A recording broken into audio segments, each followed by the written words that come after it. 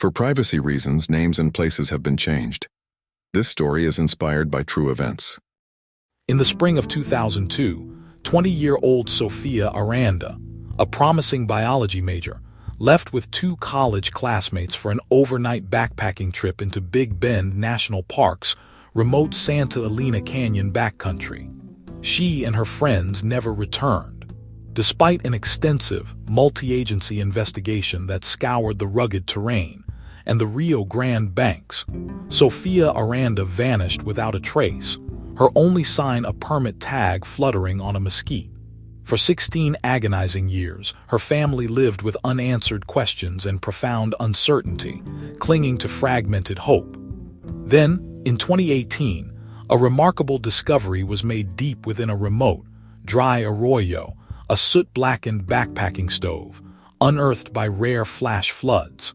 This is the complete investigation into what happened to Sophia Aranda and her companions, and the treacherous secrets hidden within Big Bend National Park.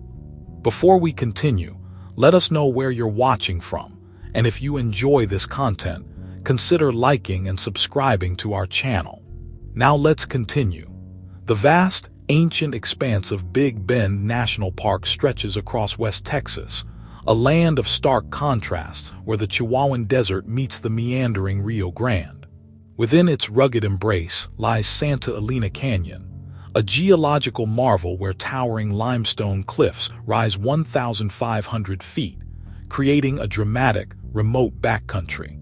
It is a place of breathtaking beauty and unforgiving wilderness, a landscape that demands respect and offers no quarter to the unprepared.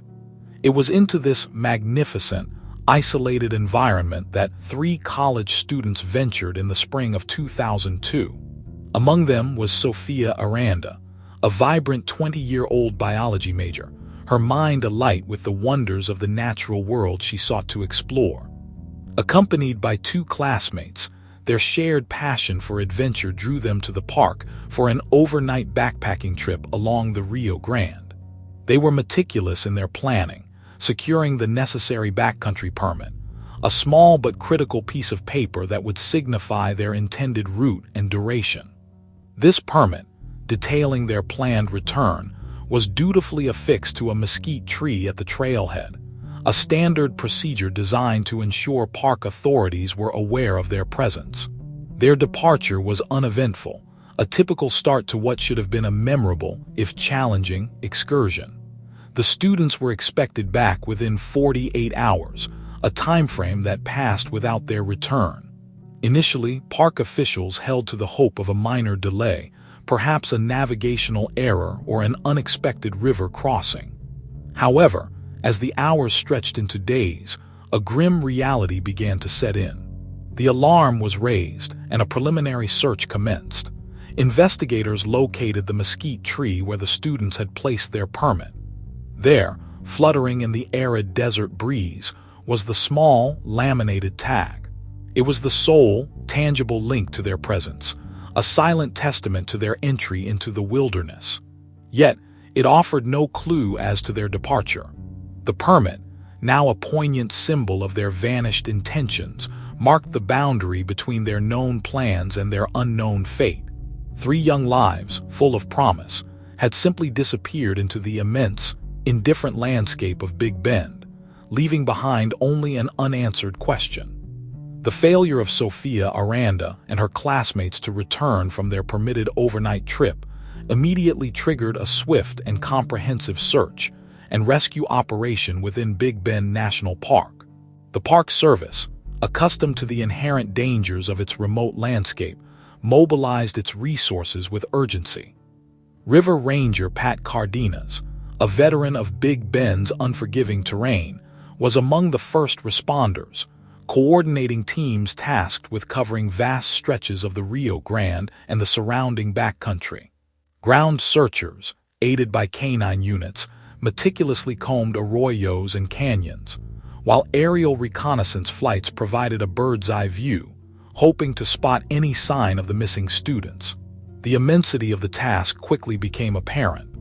Big Bend encompasses over 800,000 acres, a labyrinth of deep canyons, towering mountains, and an endless expanse of Chihuahuan desert.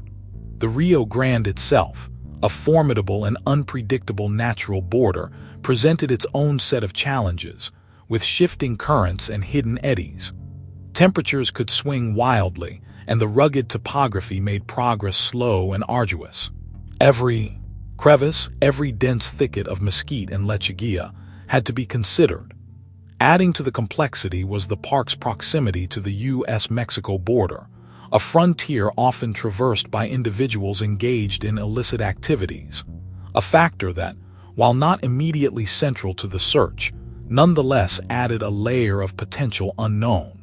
Despite the extensive efforts involving dozens of personnel and countless hours, the search yielded no tangible results.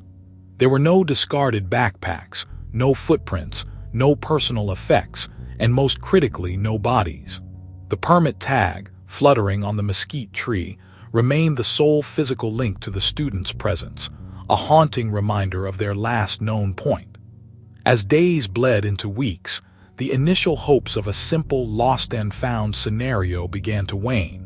The escalating concern of authorities mirrored the agonizing uncertainty that enveloped the families, who desperately clung to any shred of possibility in the face of an increasingly bleak reality. The wilderness had swallowed 3 young lives, leaving behind only a profound silence and an unsolved mystery. The initial, frantic search efforts, though extensive and deeply committed, eventually reached a point of grim diminishing returns. Weeks bled into months, and the vast, indifferent landscape of Big Bend offered no further clues. Park officials, faced with an absence of evidence and the sheer impossibility of indefinitely sustaining such a massive operation, were forced to make the agonizing decision to scale back the active search.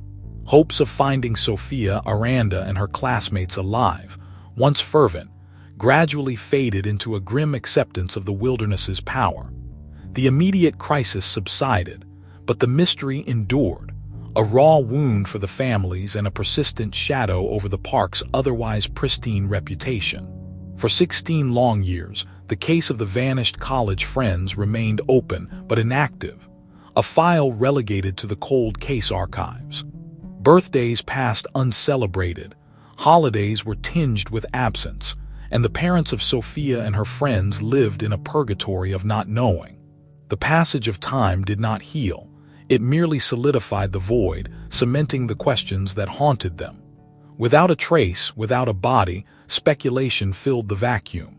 Investigators and the public alike grappled with numerous theories, each more haunting than the last. Had the students, perhaps inexperienced with the Rio Grande's deceptive currents, drowned in a flash flood or been swept away during an ill-advised crossing? Had they succumbed to the brutal elements of the desert, lost and disoriented, their bodies consumed by the vastness? Some considered the possibility of an animal attack, though such incidents were rare and usually left some evidence. The park's proximity to the U.S.-Mexico border also fueled darker, unspoken fears. Had they inadvertently stumbled into illicit cross-border activity, becoming victims of a dangerous encounter? Each theory presented a potential end, but none offered confirmation, leaving the families in a perpetual state of agonizing uncertainty. The official record of their disappearance, once a vibrant collection of search grids, witness statements, and hopeful leads, slowly transformed into a static testament to an unsolved riddle. The file, bearing Sofia Aranda's name and the date 2002, gathered dust on a shelf, a symbol of a case that had reached an investigative dead end. The wilderness of Big Bend had kept its secrets, and for 16 years it seemed it would continue to do so, leaving 3 young lives suspended in a tragic, enduring enigma.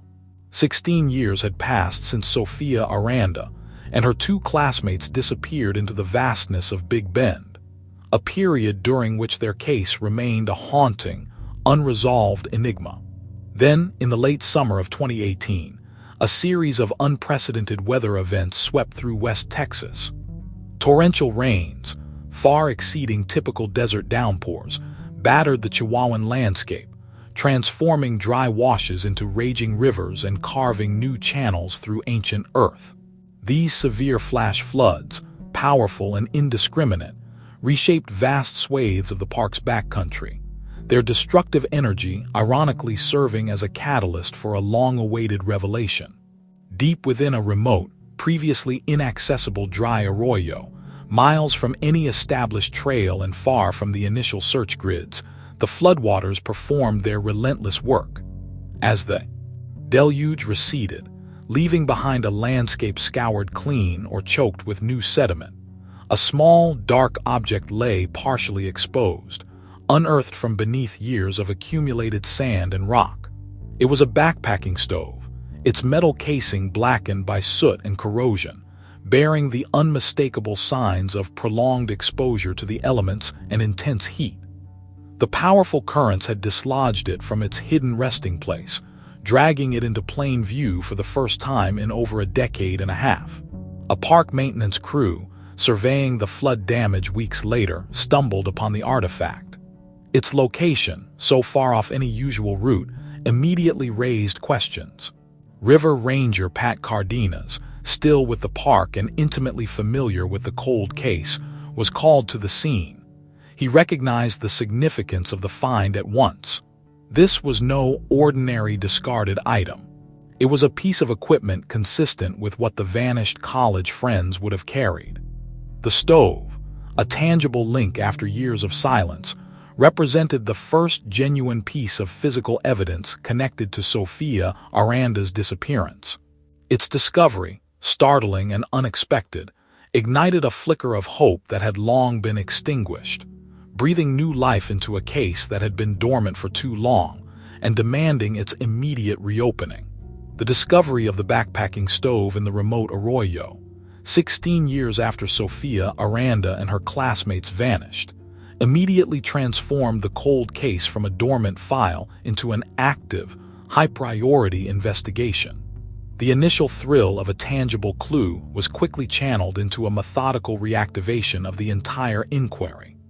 River Ranger Pat Cardenas, whose institutional memory bridged the gap between the initial search and this startling new development, now found himself at the helm of a renewed effort, coordinating with park management and federal agencies.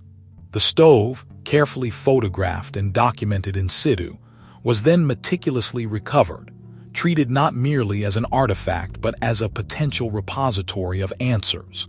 The reopened case demanded a multifaceted approach, bringing together expertise that spanned the unique challenges of Big Bend.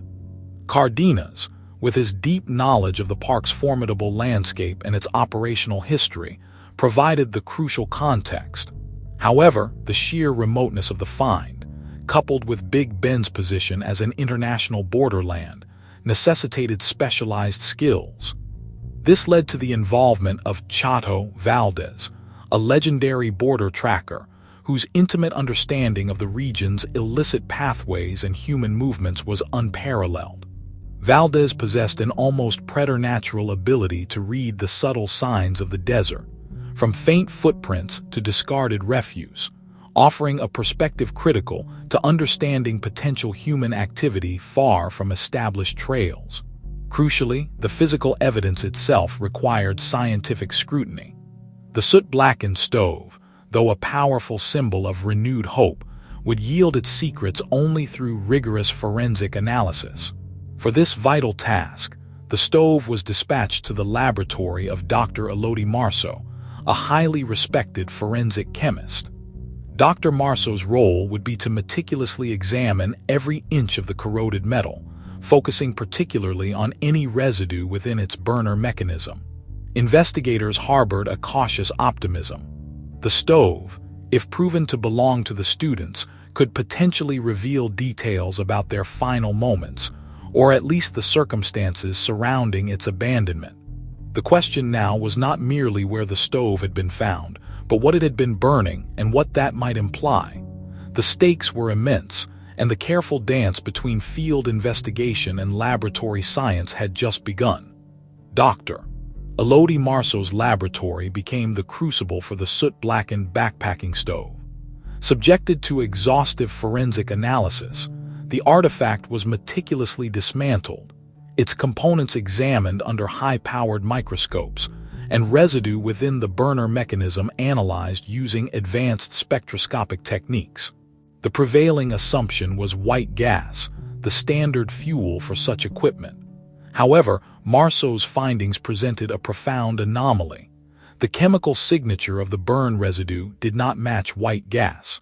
Instead, the spectrometer revealed distinct traces of lead compounds, characteristic of tetrethyl lead. The stove had been fueled by leaded gasoline. This discovery was not merely unexpected. It was a seismic breakthrough, instantly recontextualizing the entire cold case. Leaded gasoline was neither recommended nor readily available for backpackers in 2002. Its presence pointed definitively away from a simple hiking mishap towards something far more illicit. The implication was stark. The students or someone they encountered had accessed an unconventional, likely illegally sourced fuel. This critical finding was relayed to Pat Cardenas and, crucially, to border tracker Chato Valdez. Valdez, with his unparalleled understanding of the borderlands, recognized its significance. Leaded gasoline, though rare, was sometimes found in caches utilized by smugglers operating in remote areas, often siphoned from older vehicles or clandestine stockpiles. It was a fuel of necessity for those operating outside conventional supply chains. Valdez began to methodically trace known and suspected illicit fuel caches within the Big Bend region, cross-referencing locations with established smuggler routes. His decades of experience, combined with the forensic evidence, narrowed the search. Following faint, almost imperceptible signs, a discarded container, an unusual rock cairn, Valdez led investigators to a specific, previously unverified smuggler's cut-through.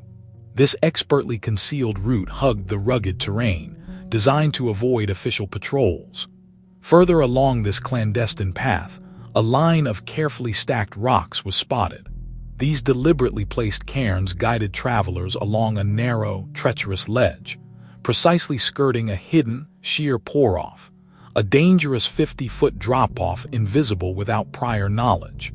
The stove's presence in an arroyo below this route, consistent with having been washed down after a flash flood, painted a chilling new narrative. Sofia Aranda and her friends had likely stumbled upon this perilous, illicit pathway and into the path of its users. The breakthrough in Dr. Marceau's laboratory, coupled with Chato Valdez's intimate knowledge of the borderlands, allowed investigators to construct a compelling, albeit chilling, scenario. Sofia Aranda and her two classmates, perhaps seeking an off-trail adventure or simply disoriented, likely stumbled upon the clandestine smugglers' cut-through. This route, marked by the cairn line and skirting the hidden pour-off, was not designed for innocent hikers. The presence of leaded gasoline residue on their stove suggested a direct encounter with individuals operating outside the law, smugglers who utilized such illicit fuel caches. It is plausible that the students were either intercepted while using the route, or their presence there was deemed a threat to the illicit operations, leading to a confrontation that ended in their disappearance. The discovery of the stove in the arroyo below the pour-off strongly implied that either they were forced over the dangerous drop-off, or their belongings were discarded there to remove any trace of their presence. While the new evidence provided a devastatingly plausible explanation for the students' vanishing, it did not offer complete resolution. The exact fate of Sofia Aranda and her friends, whether they succumbed to the dangerous terrain, were victims of a violent encounter, or were taken across the border, remained an agonizing unknown. The identities of those responsible for their disappearance, the precise sequence of events, and crucially, the location of their remains, continued to elude investigators. The breakthrough offered a grim understanding of the how and where of their disappearance, but the who and the definitive, what exactly, remained unanswered questions. a new form of heartbreak for families who had endured 16 years of absolute uncertainty. The tragic case of Sophia Aranda served as a stark reminder of the unique perils inherent in Big Bend National Park. Its immense beauty often overshadows its unforgiving nature and its complex reality as an international borderland, a place where the lines between recreation and illicit activity can sometimes tragically intersect. The dedication of individuals like River Ranger Pat Cardenas, Border Tracker Chato Valdez, and chemist Dr. Elodie Marceau, who refused to let the case fade into obscurity, ultimately brought a measure of understanding to a decades-old mystery. Yet the vast, silent wilderness of Big Bend continued to hold some of its secrets, a testament to its power and the enduring enigma of those who vanish within its rugged embrace.